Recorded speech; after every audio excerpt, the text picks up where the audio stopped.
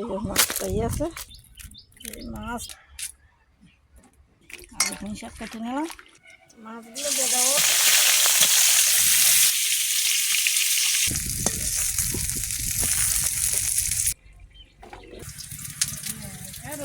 কিছু বলা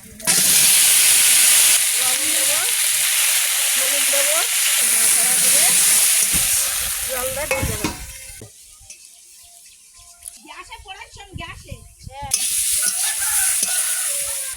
রসুন দেবো, একটু তেল দেবো, আগে তেল দেয় নেই, এইভাবে দেই। রসুন এই লাল লাল হয়ে গেছে, সুন্দর পরিষ্কার সাদা কাঠের জলে